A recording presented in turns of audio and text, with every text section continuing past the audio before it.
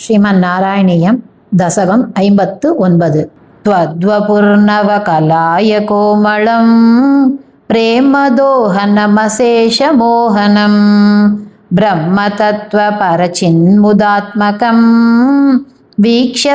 मुमुहुरन्वहं स्त्रियः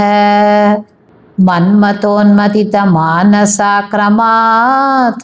तद्विलोकनरतास्ततस्ततः गोपिकास्तवनसेहिरे हरे काननो पगदिमप्यहर्मुखे निर्गते भवति दत्तदृष्टयः त्वद्गते न मनसा मृगेक्षणा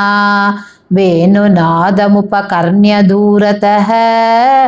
त्वत्विलासकथयाभिरेमिरे काननान्तमितवान् भवानपि स्निग्धपादपतले मनोरमे व्यत्ययाकलितपादमासितः प्रत्यपूरयत वेणुनाळिकाम् मारबाणदुतकेसरीकुलं निर्विकारपशुपक्षिमण्डलम् द्रावणञ्च दृशधामभिप्रभो तावकं व्यजनि वेणुपूजितम् वेणुरन्ध्रतरलाङ्गुलीदलं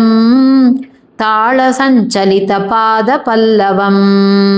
तत्स्थितं तव परोक्षमप्यहो संविचिन्त्य मुमुहुर्व्रजाङ्गणा निर्विशङ्कभवदङ्गदर्शिनी केचरी खगमृगान् पशूनपि त्वत्प्रणयिकाणनाञ्चता धन्यधन्यमिति नन्वमानयन् आपिबेयमधुरामृतं कदा वेणुमुक्तरसशेषमेकधा दूरतो बत कृतं दुराशयेद् याकुला मुहुरिमा समामुहन् प्रत्यहञ्च पुनरित्तमङ्गनाश् चित्तयो निजनिता धनुग्रहात् बद्धरागविवशास्त्वयि प्रभो नित्यमापुरिह कृत्य मूढताम् रागस्तावज्जायते हि स्वभावान् मोक्षोपायो यत्नतस्यान्न वा स्यात् दासान्त्वेकं तद्वयं लब्धमासीत् भाग्यं भाग्यं पाहि वातालयेश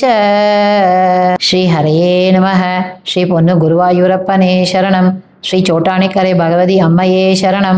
आनंद चिन्मयने शरणं नारायण अखिल गुरु भगवन्नमस्ते सर्वत्र गोविंद नाम संकीर्तनं गोविंदा गोविंदा।